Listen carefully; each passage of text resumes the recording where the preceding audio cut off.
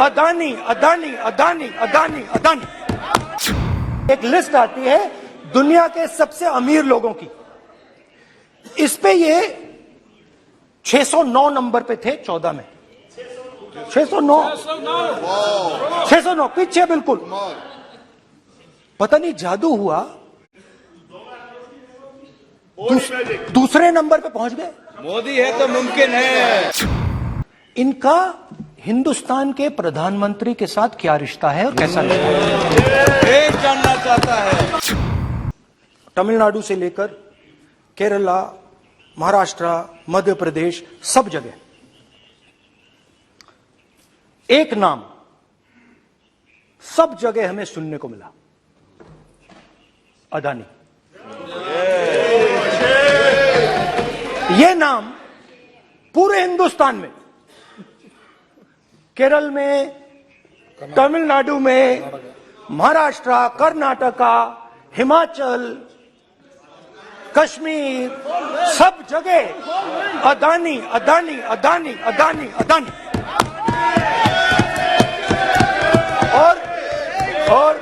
और ये नाम नहीं, और इस नाम के बारे में जब लोग बोलते थे मुझसे तो 2-3 सवाल पूछते थे। ये पूछते थे कि ये जो अदानी जी हैं, ये किसी भी बिजनेस में घुस जाता है, ये सफलता प्राप्त कर जाता है, ये कभी फेल नहीं होता। और युवाओं ने मुझसे यह सवाल पूछा कि भाई ये हो क्या रहा है, हम भी सीखना चाहते हैं। मोदी जी ने कहा स्टार्टअप करो, हम भी अदानी जी जैसे बनना चाहते हैं। तो भैया किसी भी बिजनेस में घुस जाओ और एकदम सक्सेस हो जाए। यह पहला सवाल था। दूसरा सवाल था कि ये अदानी जी हैं, ये किसी भी बिजनेस में घुस जाते हैं। पहले ये 1-2 बिजनेस करते थे, अब ये 8-10 सेक्टर्स में काम करते हैं। Airports, data centres, cement, solar energy, wind energy, aerospace and defence, consumer finance, renewables, media. तो उन्होंने मुझसे पूछा कि राहुल जी, हाँ वेट करो, बेटे हाँ, धन्यवाद। पोर्ट्स की बात भी थी,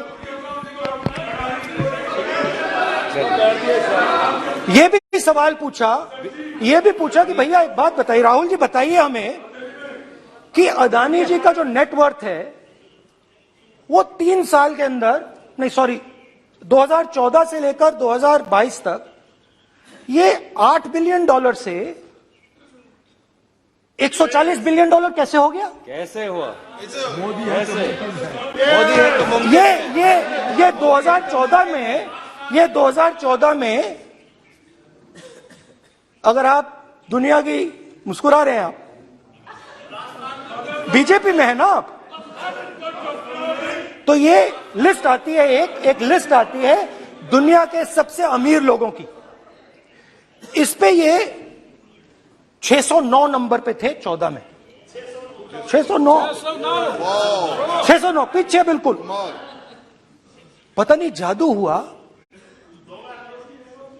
दूसरे नंबर पे पहुंच गए। मोदी है तो मुमकिन है।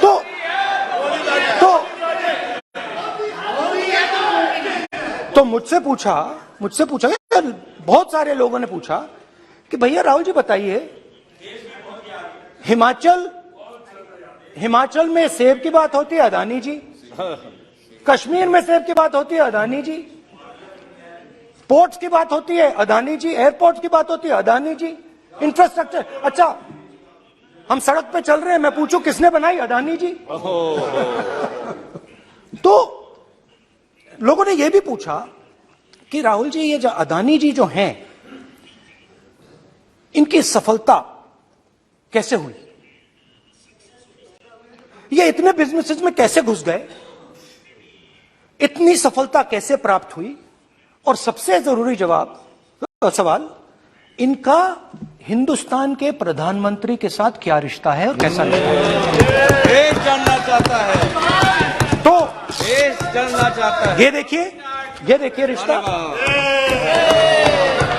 ये देख लीजिए, प्लीज पोस्टर मान्य ये देख लीजिए सदस्य, पब्लिक में सर, मान्य सदस्य पोस्टर लीजिए। नहीं, प्लीज पोस्टर नहीं।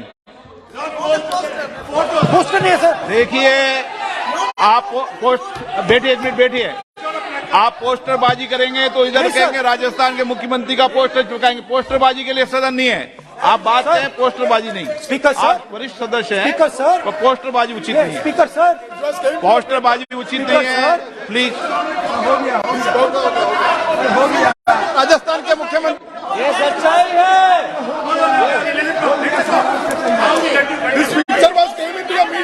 चलिए पोस्टर नहीं, प्लीज। वो लिख दे दो मुझे। हाँ, जस्ट राइट इट नीटली। तो नहीं स्पीकर सर, वो फोटो है सर, वो पोस्टर नहीं है। आप वरिष्ठ सदस्य हैं, प्राइम मिनिस्टर की पोस्टर और फोटो है फोटो सर, उसमें नियम में बहुत नहीं है। उनका अच्छा सदन चेहरा ने दिख नियम रहा है। बनाया है। उनके वहां पे उनके पीछे अदानी का लोगो है, अदानी जी के हवाई जहाज में घुस रहे हैं। तो मैंने सोचा कि आज के प्रेसिडेंट्स एड्रेस में मैं थोड़ा जो नरेंद्र मोदी जी का और अदानी जी का रिश्ता है उसके बारे में आपको थोड़ा बता देता हूं। प्लीज प्लीज बताइए बताइए। तो वो आप बता देना।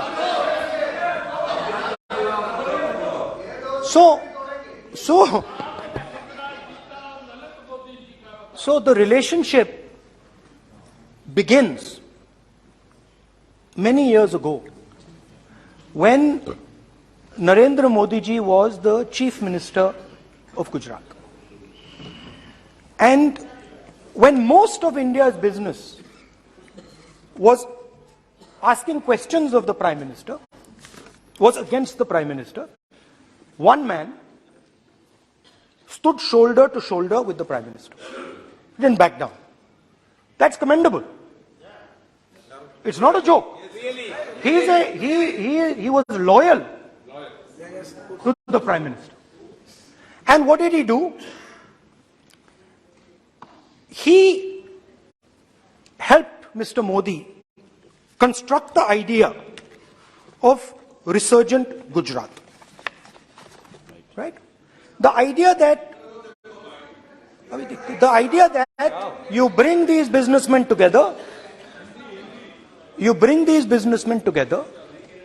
and you call it resurgent Gujarat, vibrant Gujarat, they're both. And he was the backbone in setting up that group of people.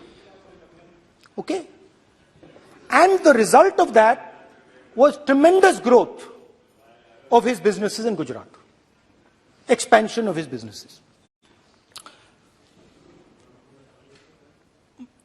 I think then the real magic starts. जब प्रधानमंत्री जी दिल्ली आते हैं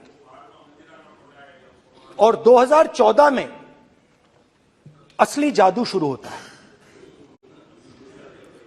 मैंने कहा कि 2014 में वो 609 नंबर पे थे, कुछ ही सालों में वो दूसरे नंबर पे पहुंच गए। कैसे पहुंचे? मैं आपको, बहुत सारी इंडस्ट्रीज में काम करते हैं, मैं आपको 2-3 इंडस्ट्रीज का उदाहरण दे देता हूं। एयरपोर्ट इंडस्ट्री की बात, एयरपोर्ट्स की बात करते हैं।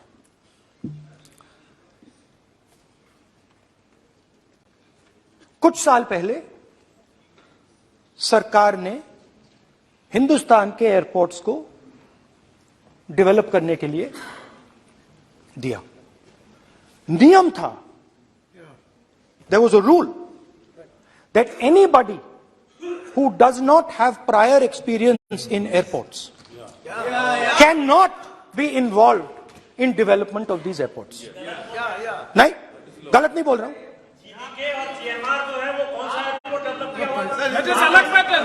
आप बैठ जाइए।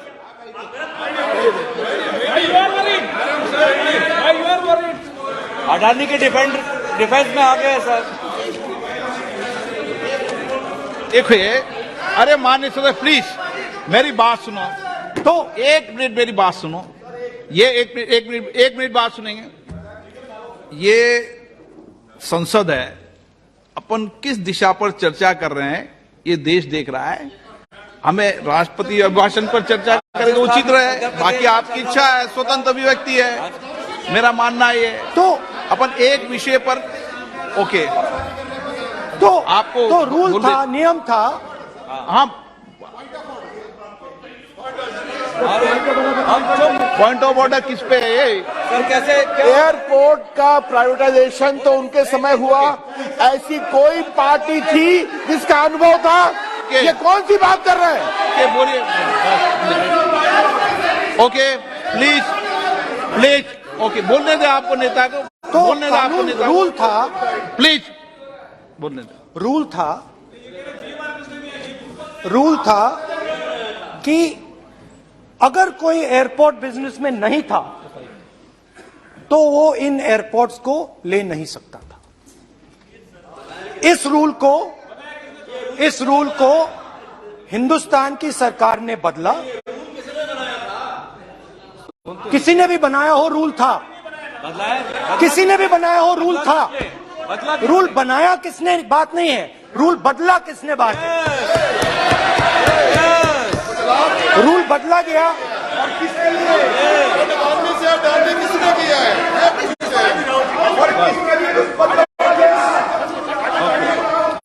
रूल बदला गया।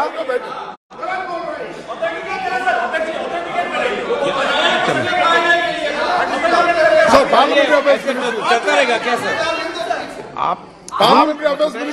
रूल को बदला गया।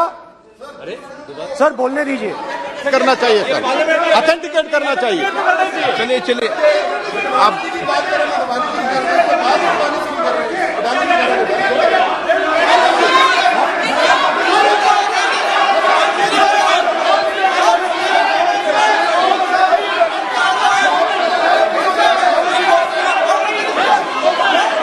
रूल बदला गया सर, स्पीकर सर।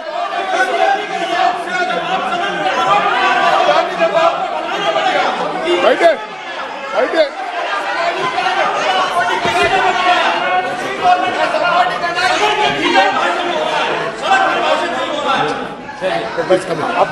तो ये रूल बदला गया। उस समय मीडिया में इसके बारे में चर्चा हुई थी। रूल बदला गया और अदानी जी को 6 एयरपोर्ट्स दिए गए। उसके बाद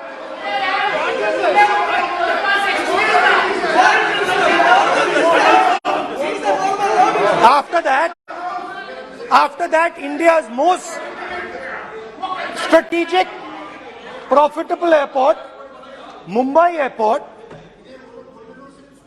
was taken away by GVK, hijacked by using the agencies. The agencies को CBI, ED का प्रयोग कर GVK पर दबाव डालकर हिंदुस्तान की सरकार ने उस एयरपोर्ट को अदानी जी के हाथों में कर दिया। यही सच है। रिजल्ट आया कि एयरपोर्ट्स में आज अदानी जी 24% हिंदुस्तान की एयर ट्रैफिक को अपने एयरपोर्ट से निकालते हैं और 31% एयर फ्रेट उनके एयरपोर्ट्स में से निकलता है। अब ये काम हिंदुस्तान की सरकार और हिंदुस्तान के प्रधानमंत्री जी ने फैसिलिटेट किया।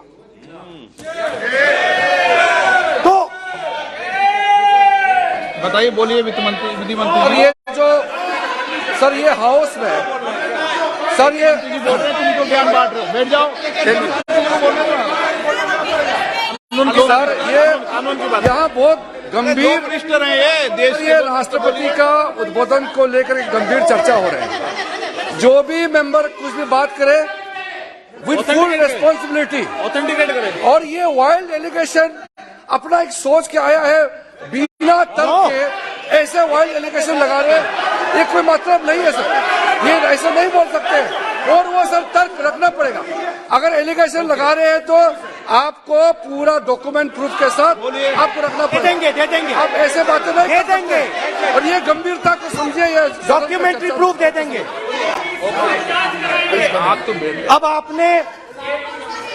अब आपने जो पिछले स्पीकर थे उन्होंने फॉरेन पॉलिसी की बात की, हम भी फॉरेन पॉलिसी की बात करते हैं। चलिए डिफेंस से शुरू करते हैं। बहुत ऑप्शन है, आप बताइए कहां से शुरू करें। बिजली, डिफेंस, बहुत ऑप्शन है। Defence, let us start with defence. अब डिफेंस में अदानी जी का कोई एक्सपीरियंस नहीं था, जीरो एक्सपीरियंस। कल मैंने प्रधानमंत्री को एचएएल में देखा। प्रधानमंत्री जी ने कहा कि गलत आरोप लगाया, मगर रियलिटी तो यह है कि एचएएल का जो कॉन्ट्रैक्ट था 126 हवाई जहाजों का, वो अनिल अंबानी को चला गया और अनिल अंबानी बैंकरप्ट हो गया। वहां भी फैसिलिटेशन था। अब देखिए, और ये जो फ्यूचर एंटरप्रेन्योर्स हैं, जो बिजनेस स्कूल हैं, हार्वर्ड यूनिवर्सिटी जैसे स्कूल हैं, इनको इसका केस स्टडी, इसकी केस स्टडी बनानी चाहिए, शायद बने। How to use government power to build individual businesses, case study.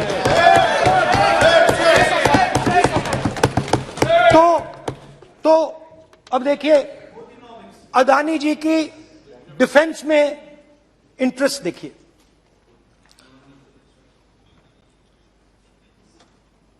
Elbit company के साथ हिंदुस्तान में अदानी जी ड्रोन्स बनाते हैं। ड्रोन्स को हिंदुस्तान की एयरफोर्स, आर्मी, नेवी के लिए रिफिट करते हैं। अदानी जी ने यह काम कभी नहीं किया है पहले। एचएएल ये काम करती है। हिंदुस्तान में और भी कंपनीज हैं जो ये काम करती हैं, मगर प्रधानमंत्री जी इजरायल जाते हैं और उसके एकदम बाद अदानी जी को ये कॉन्ट्रैक्ट मिल जाता है, मगर एक नहीं मिलता। ये मत सोचिए कि ये सिर्फ एक कंपनी की बात हो रही है, ये इंडस्ट्रीज की बात होती है यहां पे। जैसे मैंने आपको दिखाया, एयरपोर्ट का पूरा सिस्टम उठा के ले गए, 30% मार्केट शेयर एयरपोर्ट में ले गए, वैसे ही डिफेंस में करा।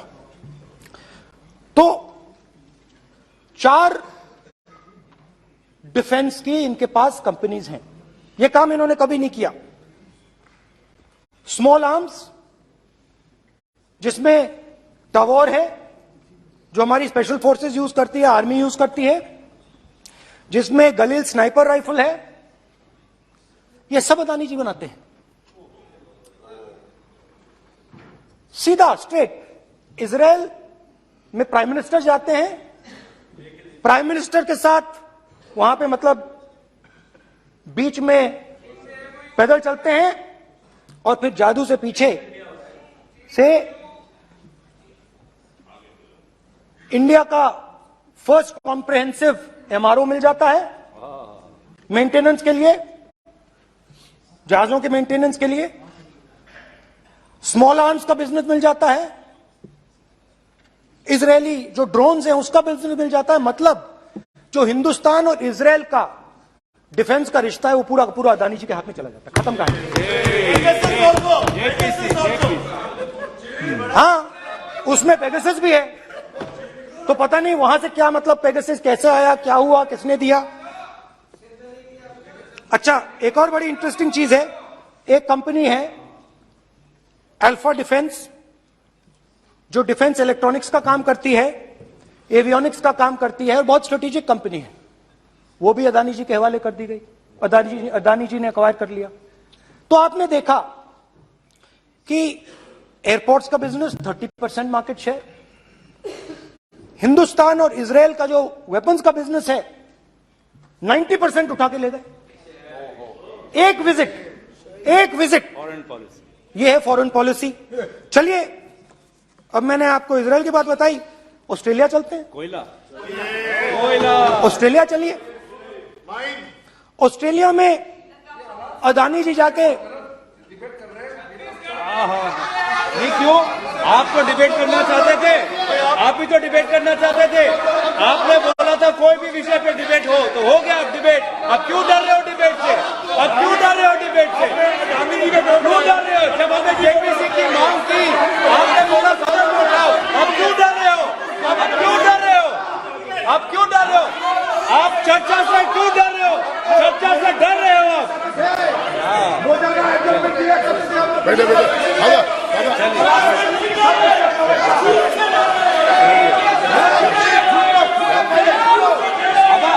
अब सुनना पड़ेगा, अब सुनना पड़ेगा, अब सुनना पड़ेगा। ऑस्ट्रेलिया जाते हैं, प्रधानमंत्री ऑस्ट्रेलिया जाते हैं।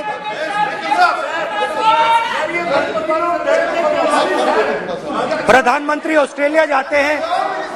Is got yielding.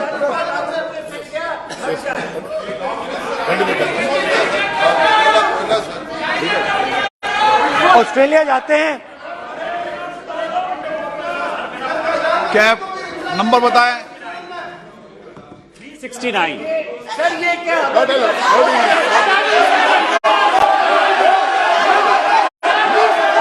369 सर, ये कहता है सर, एक पेपर और document to be laid on the table shall be duly देखिए पूरा सरकार। इन्होंने सर, मैं इनको चैलेंज करता हूँ कि जीएमआर और जीबीके उसको कब एयरपोर्ट का जो है संचालन का अधिकार था और कौन सा रूल है वो कोर्ट करे सर। इस रोल के आधार पर ये इनको मैं चैलेंज करता हूँ, पूरी कांग्रेस पार्टी को चैलेंज करता हूँ कि जीएमआर और जीबीके को कौन सा एयरपोर्ट चलाने का लाइसेंस जब दिया तो उनको उसका नॉलेज था। मैं चैलेंज करता हूँ पूरी कांग्रेस पार्टी को। जब इन्होंने बिरला को बनाने का दिया, डालमिया को बनाने का दिया, टाटा को बनाने का दिया लाइसेंस, उस वक्त उनको कौन सा मोटर चलाने का अधिकार था सर? ये गलत बयानी कर रहे हैं। मेरा ये कहना है कि आप एलिगेशन प्रधानमंत्री को ऊपर लगा रहे हैं, आप पेपर दीजिए और कौन सा रूल भारत सरकार ने चेंज किया एयरपोर्ट में अडानी के लिए वो ऑथेंटिकेट कीजिए, नहीं तो इस तरह की बात नहीं कर सकते हैं।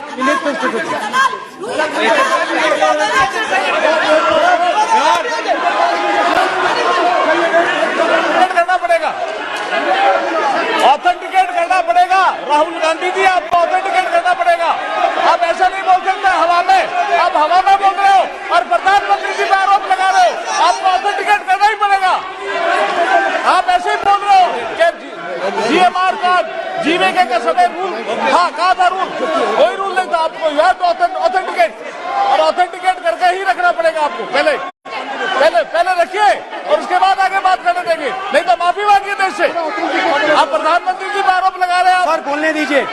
अनाप शनाप आरोप लगा रहे, बिना किसी डॉक्यूमेंट के आरोप लगा रहे प्रधानमंत्री जी पे। रूल 353 सर, रूल 353 किया है sir, no allegation of defamatory और incriminatory nature shall be made unless you have given notice. छोड़िए, वो तो प्रधानमंत्री के खिलाफ एलिगेशन लगा रहे हैं बिना नोटिस दिए, बिना कोई डॉक्यूमेंट दिए। सर ये रिकॉर्ड पर नहीं आना चाहिए सर, ये बिल्कुल रूल का उल्लंघन है। और क्या क्या बातें वो कह रहे हैं सर, मैं उसको रिपीट नहीं करना। Reckless allegation, baseless allegation in violation of rule, sir ये स्वीकार नहीं होना चाहिए। ऑस्ट्रेलिया में प्रधानमंत्री जाते हैं। आप बोलिए सर, स्पीकर सर, प्रधानमंत्री जी ऑस्ट्रेलिया जाते हैं और जादू से State Bank of India $1 billion loan Adani ji को ऑफर कर दिया। जरूरी है सर, इसका भी डॉक्यूमेंट जरूरी है क्या बताओ? मोदी जी, आपका सरकार की पास है। अधीर प्लीज। उसके बाद मैं उदाहरण दे रहा हूं, पूरी दुनिया में मोदी जी जाते हैं, घूमते हैं, तो मैं बता देता हूं क्या होता है वहां पे। बांग्लादेश में गए, हाँ काम पे ही जा रहे हैं, वही तो बोल रहा हूं, काम पे जा रहे हैं। बांग्लादेश जाते हैं, मोदी जी की पहली ट्रिप होती है बांग्लादेश में। वहां पे बांग्लादेश को इलेक्ट्रिसिटी बेचने का डिसीजन लिया जाता है।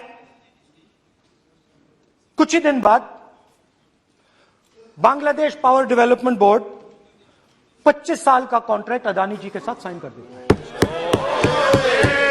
1500 मेगावाट इलेक्ट्रिसिटी का कॉन्ट्रैक्ट अदानी जी। चलिए वहां से श्रीलंका चलते हैं।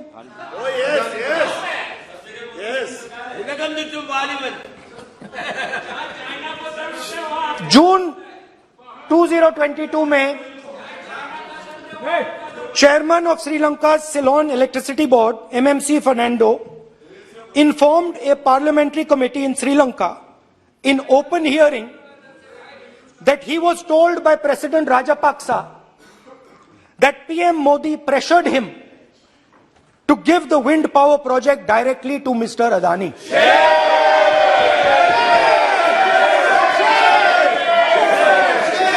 मतलब श्रीलंका इलेक्ट्रिसिटी बोर्ड के चेयरमैन कहते हैं कि उन्होंने राजापाक्सा जी ने कहा कि हिंदुस्तान के प्रधानमंत्री ने उनको कहा है कि ये विंड पावर का प्रोजेक्ट है, ये अदानी जी को देना है। तो ये रही आपकी फॉरेन पॉलिसी। ये हिंदुस्तान की फॉरेन पॉलिसी नहीं है, ये अदानी जी की फॉरेन पॉलिसी है, उनके बिजनेसेस बनाने की फॉरेन पॉलिसी है। अब यात्रा